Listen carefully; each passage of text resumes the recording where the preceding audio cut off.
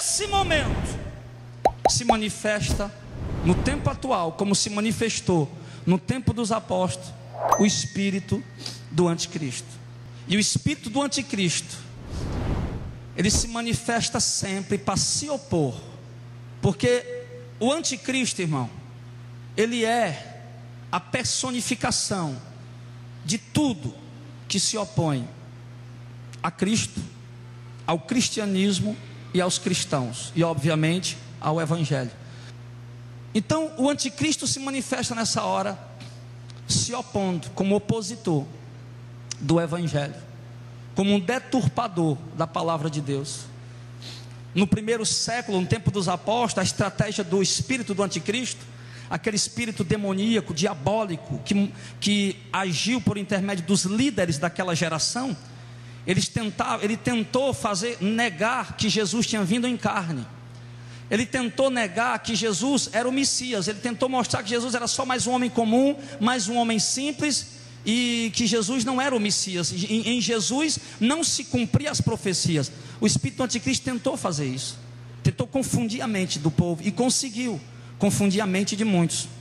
Mas como os apóstolos oraram e batalharam muito pelo evangelho, tiveram êxito em difundir no mundo que Jesus veio sim em carne, e que Jesus é sim o Messias, o Filho de Deus e o Salvador do mundo. Tanto é que hoje espíritas, evangélicos e católicos creem nisso. Um católico, ele crê que Jesus é o Filho de Deus e veio em carne. Um espírita crê que Jesus é o Filho de Deus e veio em carne. Os evangélicos creem que Jesus é o Filho de Deus e veio em carne.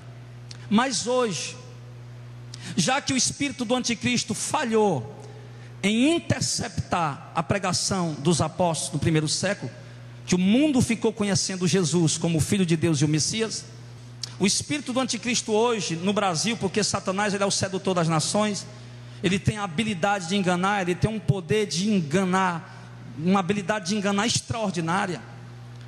Em cada nação ele vai agindo de uma forma diferente.